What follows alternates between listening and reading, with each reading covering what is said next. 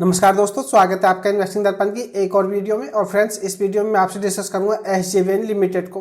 बात करें SJVN limited की, बीते दिन स्टॉक में हमें 20% का लोअर सर्किट लगता हुआ देखने को मिला है। दोस्तों बात करें इन्वेस्टर्स की, तो इन्वेस्टर्स को इस स्टॉक में बड़ा नुकसान हमें होता हुआ देखने को मिल रहा है। और दोस्तों इस कंपनी में सिर्फ इन्वेस्टर्स को बड़ा नुकसान ही देखने को मिल रहा है। इस स्टॉक से जुड़ी हुई एक बड़ी न्यूज भी हमें देखने को मिल रही है, जिसके चलते एसजेवीएन स्टॉक में हमें बड़ी गिरावट देखने को मिल रही है। दोस्तों बात करें एसजेवीएन लिमिटेड की, तो यह एक पीएसयू स्टॉक है और पावर सेक्टर से जुड़ा हुआ स्टॉक है। तो ऐसा नहीं है कि एसजेवीएन लिमिटेड में ही हमें बीते दिन बड़ी गिरावट देखने को मिली है। बात करें पीएसयू स्टॉक्स की, तो पीएसयू स्टॉक्स में हमें बड़ी गिरावट देखने को मिल रही है। बात करें एनएचपीसी की, तो आप देखिएगा इस स्टॉक में भी 15% से ज़्यादा गिरावट देखने को मिली है।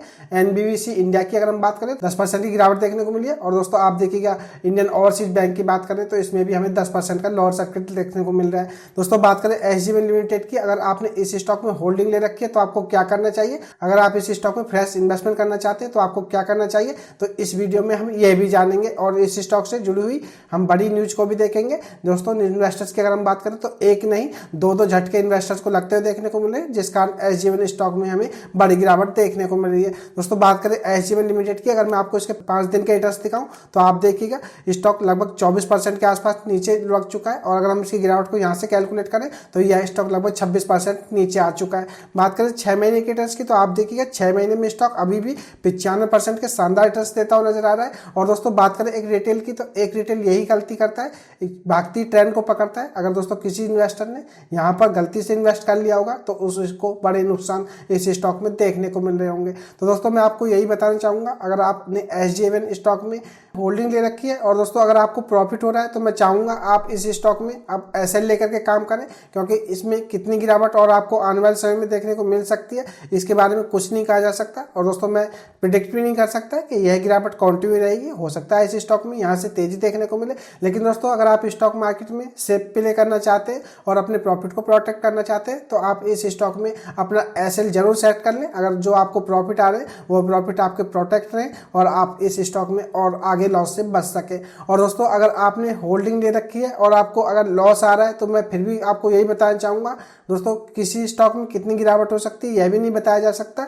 अगर आप इस स्टॉक में एसएल लेकर के काम करेंगे तो दोस्तों हो सकता है आपके जो लॉस है वो ज़्यादा और नहीं बढ़ेंगे, आप इस स्टॉक से एग्जिट कर देंगे। और अगर आप इस स्टॉक में फ्रेश इन्वेस्टमेंट करना चाहते हैं तो दोस्तों मैं आपको बताना चाहूँगा इन स्टॉक्स में कितनी गिरावट हो सकती है यह नहीं बताया जा सकता। तो आप इन स्टॉक्स में अगर इस गिरावट में खरीदारी करना चाहते हैं तो आप एक साथ खरीदारी करने से बचें, आप बाई और डिप्स करते रहें। अगर आपको यह स्टॉक नीचे मिलता रहे तो आप थोड़ा थोड़ा माल को एक्यूमुलेट करते रहें। बात करें एसजेवीएन स्टॉक की, तो दोस्तों पीएसयू सेक्टर से जुड़ा हुआ स्टॉक है और फंडामेंटली भी कंपनी काफ़ी अच्छी है। तो ऐसा नहीं है कि यह स्टॉक रिकवर नहीं कर सकेगा दोस्तों, लेकिन इस समय इस स्टॉक में इन्वेस्टमेंट करने का मुझे नहीं दिखाई देता है, क्योंकि इस स्टॉक से जुड़ी हुई एक बड़ी न्यूज हमें बाजार में देखने को मिल रही है जो कि इन्वेस्टर्स के लिए कोई अच्छी न्यूज नहीं कही जा सकती है, जिसके चलते हो सकता है आपको इस स्टॉक में और भी गिरावट देखने को मिले। दोस्तों जिस तरह से पीएसयू स्टॉक ये दौड़े हैं तो इनमें गिरावट होना लाजमी था। और बात करें इनके वैल्यूएशन की, तो वैल्यूएशन भी इस समय काफी महंगे हो चुके हैं, तो इनमें इस समय आपको मुनाफा वसूली के चलते बड़ी गिरावट देखने को मिल रही है। लेकिन एसजेवीएन की अगर हम बात करें तो इस स्टॉक में एक बड़ी खबर ने और बुरी खबर ने और इस स्टॉक पर गिरावट में काफी बड़ा असर डाला है, तो वह भी इस वीडियो में आपसे डिस्कस करूंगा। बने रहिएगा वीडियो में। और इससे पहले अगर आप चैनल पर नए हैं तो चैनल को जरूर सब्सक्राइब कर लें। मैं मार्केट अपडेट और मार्केट से जानकारी की वीडियो लाता ही रहता हूँ। और अगर आपको वीडियो अच्छी लगे तो वीडियो को लाइक करना भी ना भूलें। अब बात करें एसजेवीएन लिमिटेड की, तो आप इसके Q3 के नंबर्स को देखिएगा। दोस्तों यह 9 फरवरी को हमें बाजार में आते हुए देखने को मिले थे और इसके Q3 का असर इस स्टॉक पर हमें बीते दिन भी देखने को मिला है और आगे आने वाले समय में भी आपको देखने को मिल सकता है।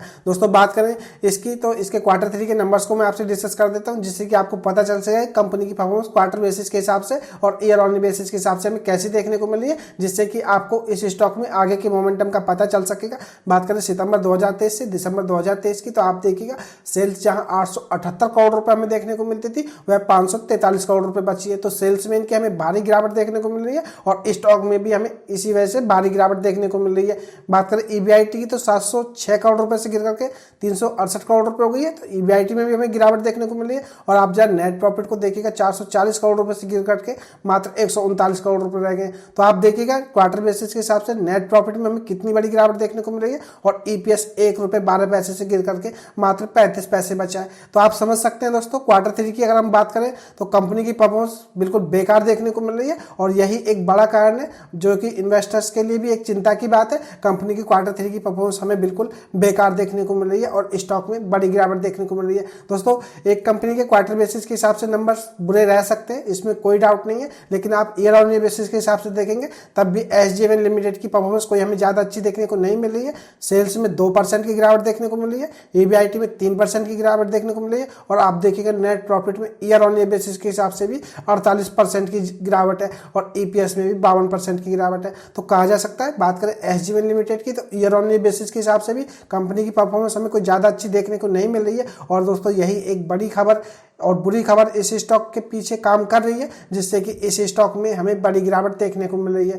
तो दोस्तों, इसकी बात करें हम क्वार्टर 3 के नंबर्स की, तो बिल्कुल बेकार रहे और बाजार के जानकारों का भी यही मानना है, इसकी क्वार्टर 3 की परफॉर्मेंस एस्टिमेट से भी काफ़ी पीछे रही है। तो दोस्तों, जिस कारण इस स्टॉक में आपको बड़ी गिरावट देखने को मिल रही है। तो दोस्तों, ऐसे में आपको SJVN स्टॉक में अभी जल्दबाजी करने से बचना चाहिए। जैसा कि मैंने आपको बताया, आप उसी तरह से अगर इस स्टॉक में काम करते हैं तो हो सकता है आप बड़े लॉस से बच सके और आप इस स्टॉक में आने वाले समय में अच्छे रिटर्न्स बना सके। दोस्तों, स्टॉक मार्केट में टाइमिंग का बहुत बड़ा खेल होता है। अगर आप किसी स्टॉक में समय से इन्वेस्टमेंट करते हैं या समय पर इन्वेस्टमेंट करते हैं तो दोस्तों आपको रिटर्न्स अच्छे बनते हैं। और दोस्तों, अगर आप किसी भी स्टॉक में किसी भी समय या किसी भी न्यूज को देख करके इन्वेस्टमेंट करते हैं तो दोस्तों ऐसे में आपको नुकसान होने के ज़्यादा चांसेस होते हैं। तो आप दोस्तों स्टॉक मार्केट में अगर मुनाफा कमाना चाहते हैं और अच्छे रिटर्न्स बनाना चाहते हैं तो आपको दोस्तों स्टॉक में सही समय पर एंट्री करने सीखना होगा और दोस्तों सही समय पर आपको एग्जिट करना सीखना होगा, तभी आप स्टॉक मार्केट से लगातार और दोस्तों लंबे समय तक पैसा बना सकते हैं। तो यह थी खास अपडेट SJVN स्टॉक पर। मैंने इस स्टॉक के क्वार्टर 3 के नंबर्स आपको बताए और दोस्तों इसकी गिरावट के पीछे जो इसके क्वार्टर 3 के नंबर्स